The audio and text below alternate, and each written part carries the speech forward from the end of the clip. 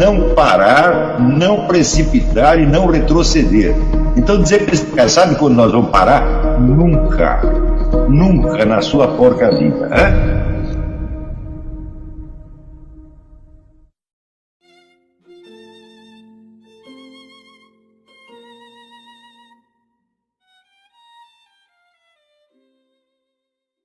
Quando Moisés está no alto do Sinai, o que ele pede para Deus? Mostra-te a mim. Né? Deus diz, não dá, porque se você me ver, você vai morrer. E não dá para você morrer agora, porque você vai ter que descer lá e informar os outros caras. Então, você vai ver algo de mim, mas não a mim, propriamente dito. Né? Então, bom, é sempre tudo o que vemos de Deus, é algo dele. Tá certo? E este algo, em geral, é mais do que suficiente para você comprovar a presença dele. Este algo é, por exemplo, o que se manifesta num milagre. Você conhece a Deus pela sua ação, pela sua presença no mundo, e não pela sua substância, não pela sua essência, evidentemente. Mas você conhece alguém pela sua substância? Não. Todo mundo que você conhece é pelas suas ações e pelas suas manifestações, sempre parciais. Então por que com Deus seria diferente? Se eu não conheço minha própria mulher, meus próprios filhos, pela sua essência, tá certo? Mas só pelas suas ações, pela sua presença, por que com Deus seria diferente?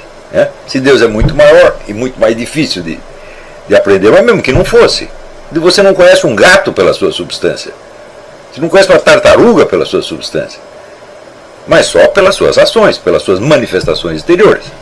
Esta ilusão, vamos dizer, esta maneira de ver que considera a relação entre o homem e Deus como a relação entre duas substâncias autossubsistentes que se relacionam entre si, isto aí é exatamente o que vem do cartesianismo, essa herança cartesiana. É isto? Ora, o mais incrível é que Kant, um dos pontos de partida de Kant tinha sido justamente as análises que David Hume fez do conhecimento humano. E David Hume prova que é impossível você, por experiência, saber que você tem um eu ou uma consciência. Ele diz, com toda a razão, nós só temos experiência dos nossos estados e sensações e pensamentos, sentimentos, não temos experiência nenhum do eu. Então presta atenção, as pessoas você conhece só pelas suas ações, pelas suas manifestações exteriores, que são sempre parciais. Os animais você conhece também só por suas manifestações exteriores, não pela sua substância. Não é isso? E você mesmo, você conhece só pelas suas manifestações para você mesmo, não pela sua substância. Por que você deveria conhecer Deus mais do que isto? Em suma, tudo o que nós conhecemos é por manifestações exteriores. Mas tem algo que nos faz enxergar, não visualmente, não sensorialmente, mas intelectualmente, a substância por trás de tudo, inclusive por trás de nós mesmos. O que é este algo? Isto é a ação do Espírito Santo. Isto é o topo da inteligência humana. E esse topo não tem explicação natural. Esse topo é puramente sobrenatural. Esta é a ação do Espírito Santo. Ou seja, nós sabemos que nós temos um eu, por quê? Porque Deus tem um eu e Ele infundiu em nós. É o que eu expliquei outro dia no Facebook. Deus, quando cria o ser humano, Ele cria o corpo dele por um meio e com uma matéria, e a sua autoconsciência por outro meio e por outra matéria. O primeiro Ele cria com o barro. E o segundo Ele cria com o seu sopro. As pessoas entendem, não, o sopro é a vida, no sentido biológico da coisa. Não pode ser. Por quê? Porque antes de criar o homem, Deus já havia criado os pássaros, os mamíferos, os répteis, os peixes, etc. E todos tinham vida. Então não é possível que ao criar Adão do barro, Adão não tivesse vida animal alguma. O sopro é algo mais do que a vida animal. Deus sopra o seu espírito. Então isto quer dizer que a nossa compreensão, vamos dizer, da nossa própria autoconsciência, nós só temos graças ao influxo divino, graças à ação do Espírito Santo em nós, senão nós não teríamos de jeito nenhum. Os animais não têm isso, nenhum animal tem. Você nunca vai ver um animal recordando a sua vida e se arrependendo dos seus erros, e nem lamentando o mal que aconteceu. Não é isso? Eu não devia ter comprado esse carro, eu não devia ter casado com essa mulher, não devia ter feito isso, não devia ter investido, não devia ter votado no Lula. Nenhum animal faz isso. Ele não tem tem alguma consciência, sim, mas não autoconsciência no sentido humano, de se enxergar como uma substância vivente que persiste ao longo do tempo e que é autor das suas ações e, portanto, responsável por elas, que é a base de toda a moralidade possível.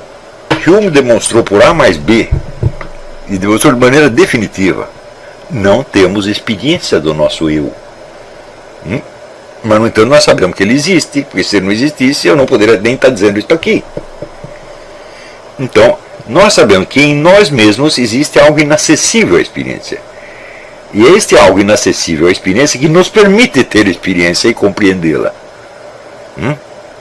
Ora, a prece é justamente uma aproximação deste núcleo da autoconsciência,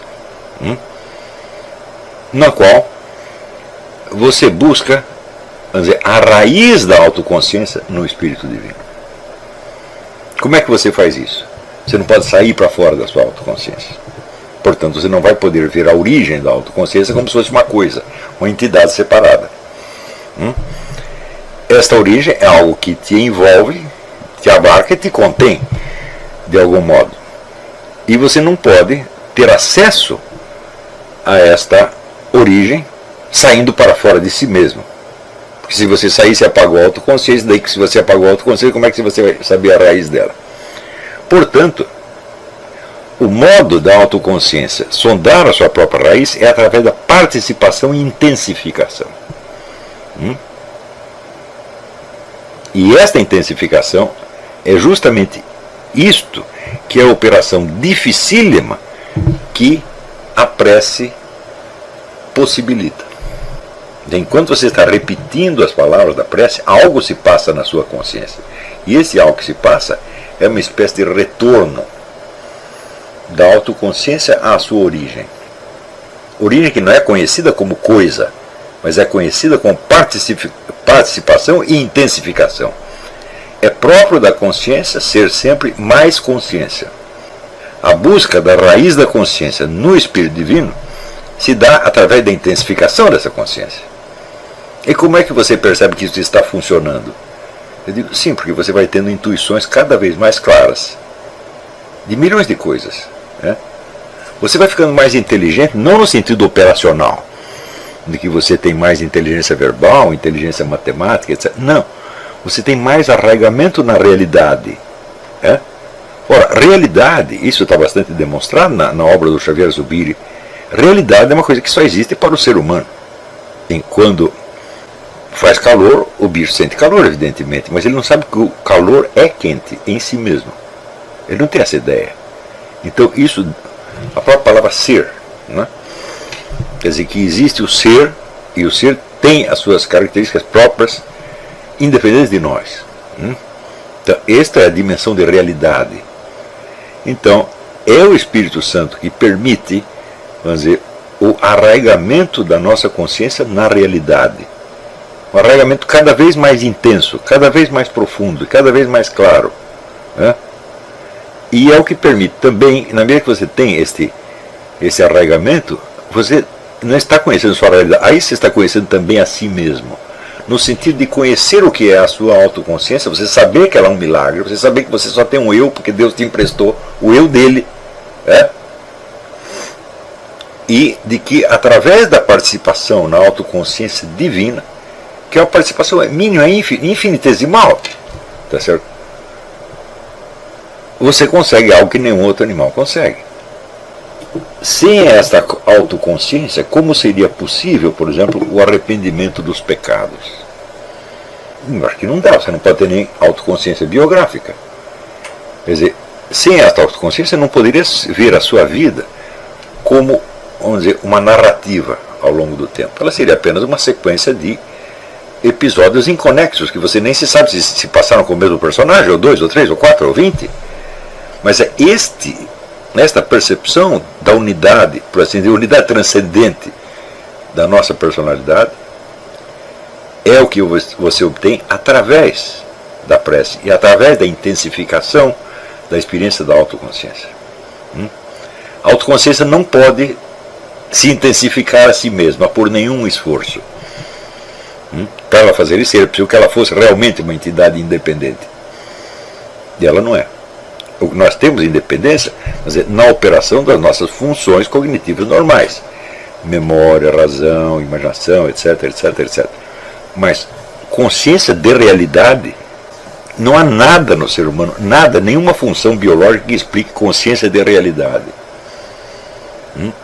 Você pode pegar todas as funções cerebrais humanas e você verá que elas seriam exatamente a mesma se todos os pensamentos dela e todas as percepções fossem fictícias. Por exemplo, quando você hipnotiza uma pessoa, o cérebro dela continua funcionando igualzinho. As funções estão lá. É só a consciência que não unifica. Então, a própria existência daquilo que os escolásticos chamavam sensus comunes. O que é os sensus comunes? Você tem os 5 sentidos. E você ouve, por exemplo, um gato miar e você vê o gato miando. Como é que você sabe que o gato que você está vendo é o mesmo que está miando? Ou existe uma outra função que junta os estímulos dos vários sentidos, ou isso seria impossível. Isso, evidentemente, os sensos comunes não é todo o senso da realidade, mas ele é uma parte importante dele. Então, o funcionamento deste senso de realidade é uma coisa que não se explica fora da ação do Espírito Santo. Um dos motivos pelos quais você ora é você estar falando com você mesmo em busca daquilo que Paulo Claudel dizia: Deus é aquele que em mim é mais eu do que eu mesmo. Isso quer dizer que a nossa identidade, a nossa egoidade, por assim dizer, ela é muito imperfeita e muito tênue. Ela se desfaz. Tá certo? Nossa consciência, autoconsciência, ela se dissolve no fluxo dos acontecimentos, no fluxo das impressões, então é preciso restaurá-la de novo, e de novo, e de novo. Note bem, restaurá-la não é na esfera moral. Eu quero me lembrar dos meus pecados, que eu me arrepender. Fala, não, para você se arrepender dos pecados, a possibilidade do arrependimento moral depende de uma identidade cognitiva anterior. Sem a identidade cognitiva, como é que você teria o senso da autoria e, portanto, o senso da responsabilidade pelos seus atos? Impossível. Então, qual é a primeira coisa que Deus quer de você? Que você se arrependa dos seus pecados, seja bonzinho? Jamais. Ele sabe que isso é impossível se você não tiver autoconsciência. E que se você não ter autoconsciência nenhuma, se ele mesmo não estiver continuamente reforçando esta autoconsciência. Está entendendo? Então, primeiro, a autoconsciência cognitiva. Depois, a autoconsciência moral. Mesmo porque a maior parte da moralidade se refere a atos que você faz para com outras pessoas. Não é isso? Mas, que importa os seus atos para as outras pessoas se você, no seu próprio trato com você mesmo, você é falso? Você não se conhece e não quer conhecer. Então, todo o seu arrependimento é puro teatro. Você não sabe exatamente qual é o seu pecado. Eu, por exemplo, já tentei uma vez fazer a lista dos meus pecados, eram tantos que eu falei, não vai dar. Se eu for assim, materialmente, um por um, não vai dar. Então eu tenho que ter uma apreensão mais profunda de ver qual é o princípio maligno em mim que me fez fazer tudo isso. E você se arrepende do princípio, portanto, das suas consequências. Tudo isso é uma operação de que tipo? Cognitiva. Então, algo de Deus você conhece em você mesmo. É o que dizia Santo Agostinho. A verdade está no interior do homem. Não é isso? Então, estar no interior não quer dizer que seja subjetiva. Porque toda a parte subjetiva não é totalmente nossa. A nossa parte subjetiva, a nossa função, razão, memória, etc. Tudo isso aí vem misturado com hereditariedade, com influências culturais, etc. Isso não é totalmente nós.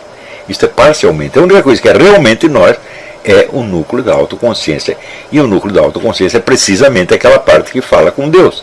Não com Deus que está fora, julgando você pela sua conduta, tá certo? Mas com Deus que está insuflando a sua autoconsciência naquele mesmo momento e fazendo você se conhecer.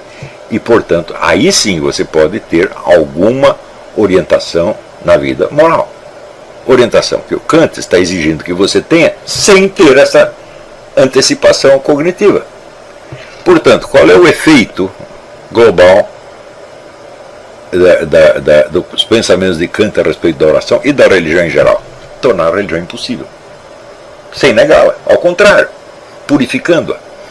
Ele purifica tanto, né, que ela se torna impossível. Né? Ele quer ser mais santo que o santo, mais santo que o próprio Deus, de algum modo. Né? Então, este purismo extremo, vamos dizer, é uma coisa que se disseminou muito no mundo protestante. Embora em vários pontos o Kant desminta os dogmas protestantes. Ele, não precisa me abordar isso hoje, mas mais adiante ele entra em um conflito tamanho com Lutero e Calvino, que a gente entende por que tantos protestantes aqui ficam bravos com ele. Né? Mas não é esse o ponto. Não é essa a nossa perspectiva. Tá certo? A maior parte das pessoas que diz liberal, eles são diretamente responsáveis por esta situação criada. Por quê? Porque a maior parte deles são pessoas que só se preocupam com uma coisa, que é a liberdade de mercado. Eles só lutam no fronte econômico. No mais, eles são favoráveis a todo o programa cultural e moral da esquerda. Note bem, porque a liberdade, ela de fato não é, ela não pode ser um princípio. Princípio é uma norma geral e pode ser aplicada indefinidamente sem levar a contradições. Por exemplo, você pegar as regras da aritmética elementar, são princípios, todas elas. Você pode aplicar indefinidamente, só as regras da geometria. Nunca vai chegar a contradições, você vai deduzindo, chegando às aplicações mais remotas e particularizadas, nunca vai haver uma contradição. Agora, existem outras coisas que parecem princípios, mas são apenas normas gerais pragmáticas, né? Como, por exemplo, o da liberdade individual. Esses princípios, pseudo-princípios, eles não podem ser aplicados indefinidamente, porque quando passam um certo ponto, eles se contradizem. Eles viram o contrário do que eram. Tá certo? Porque são princípios de aplicação relativa. Quando a pessoa diz a liberdade de um termina onde começa a do outro, basta, todo mundo está consciente disso e todo mundo repete isso ad infinitum. Basta isso para você entender que a liberdade não é um princípio, mas uma norma pragmática de aplicação limitada. A liberdade é limitada por sua própria natureza. Não é que eu estou querendo limitá-la. Não, a liberdade ilimitada seria o poder ilimitado. Se você tem liberdade limitada, então você vai acabar com a liberdade de todo mundo. Tá certo? Então, quer dizer, a liberdade considerada na esfera civil, ela é necessariamente limitada. Então você não pode tomá-la como princípio geral, tá certo, da sociedade de maneira alguma. Quer dizer, a liberdade é um dos componentes que entra na concepção da sociedade, mas não pode ser o componente fundamental jamais. Por quê? Se uma regra limita a outra, então ela predomina sobre ela. Se você diz que a liberdade de um termina onde começa a liberdade do outro, então há um princípio de limitação da liberdade, e esse princípio predomina sobre a liberdade. Porque é ele que a limita e não a liberdade que o limita, por sua vez. Então, isso é, a divisão dos interesses legítimos predomina sobre a liberdade. Ou seja, o princípio de justiça, que é sum cuique tribuere, dar a cada um o que é seu, não tomar o que é do outro, predomina sobre o princípio da liberdade. Tá certo? Então, o sujeito que se define como liberal, libertário, ele já começou com a coisa errada. Porque ele é a favor de alguma coisa que só ele mesmo reconhece, não em palavras necessariamente, mas por dentro ele sabe, que é um princípio, na realidade, limitado. Então, eu sou a favor da liberdade, etc, etc. Tá bom. Meu filho, isso aí, você dizer isso e não dizer nada é a mesma coisa. Porque essa tua liberdade, a liberdade que você está falando, ela necessariamente estará subordinada a algum outro princípio. E na prática será este outro princípio que você estará defendendo e não a liberdade. Você pode defender um princípio de justiça, digamos, um princípio de ordem, tá certo? Mas não a liberdade. Quer dizer, o cara que diz que é um defensor da liberdade, ele é um defensor de alguma outra coisa na prática, e não da liberdade em si. A liberdade é uma qualidade secundária, né, que se espalha, por assim dizer, entre as instituições de uma sociedade, quer dizer, graduando-as, moderando-as e aperfeiçoando. Ela não é o princípio estruturador da sociedade. Não é e não será jamais. Ela não pode ser. quando você fala sociedade, significa organização. Organização, em princípio, é o contrário da liberdade. A liberdade total seria a total desorganização. Quer dizer, cada um faz exatamente o que lhe dá na cabeça. Tá certo? Isso é um princípio de organização social? Não. Isso é um princípio da não organização social. Se você fala em organização social, você já está falando uma limitação da liberdade. Então, a sociedade começa com uma limitação da liberdade individual. Que é a coisa mais óbvia do mundo. Isso aí, um alcaté de lobos, uma matilha de cachorro sabe disso. Tá certo? Que o princípio organizador não é jamais a liberdade. O princípio organizador pode preservar a liberdade para não ferir, ou não ferir demasiado as pessoas, mas ele não pode ser baseado na liberdade. Então, qualquer um que se diga essencialmente um liberal ou um libertário, ele está dizendo uma mentira.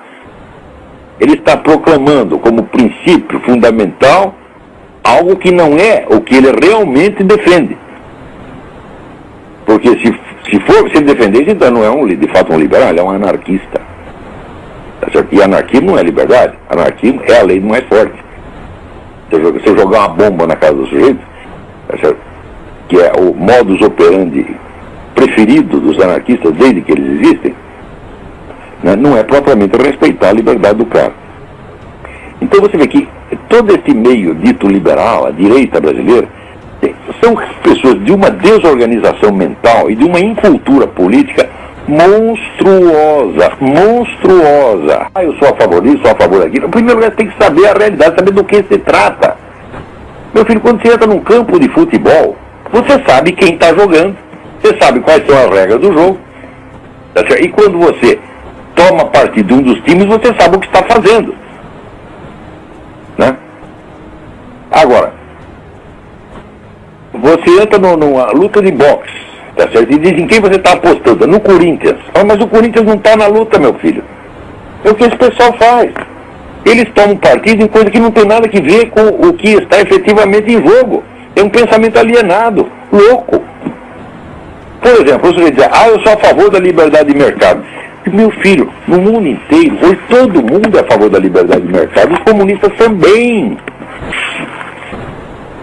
Porque, olha, os comunistas, estrategistas comunistas não são doutrinário, abstrato, que nem os liberais. Comunista é um cara que sabe fazer política, ele conhece a história, conhece o movimento real da sociedade. Então, ele sabe que ele tem que lutar a cada momento por aquilo que é mais coerente dentro da estratégia geral do movimento. E atualmente, digamos, de 10 ou 20 anos para cá, a estatização da economia se tornou o último objetivo dos comunistas. O último. Porque eles acreditam que isso só pode ser feito em escala global ou não será feito. Quer dizer, como se diz, a teoria do Stalin acabou e começou a teoria do Trotsky. Agora é o socialismo mundial ou nada.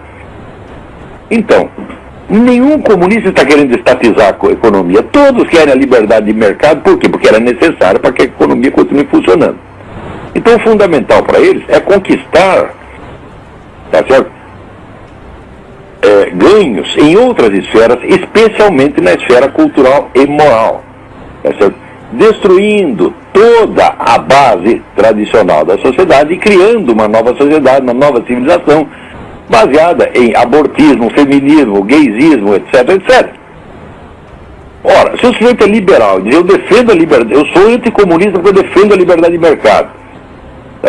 E como eu sou um defensor da liberdade, então eu aceito que o Estado não pode se meter nesse negócio de aborto, casamento gay, etc, etc, etc. Então é o seguinte, você está defendendo algo que os comunistas não estão atacando. E você está ajudando os comunistas em tudo aquilo onde eles estão efetivamente lutando. Então você é um instrumento da esquerda, sua besta quadrada. Porque sabe o que é liberal brasileiro? O movimento liberal no Brasil foi fundado por empresário. Né? E empresário que está interessado em defender a sua livre iniciativa. Né?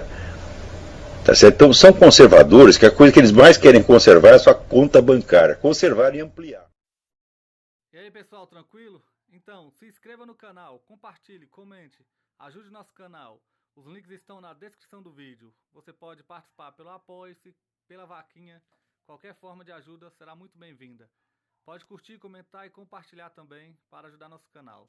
Quem quiser seguir a gente nas redes sociais estão todas aí na descrição do vídeo. Muito obrigado, sempre com Deus, pátria, família e liberdade. Tamo junto, forte abraço.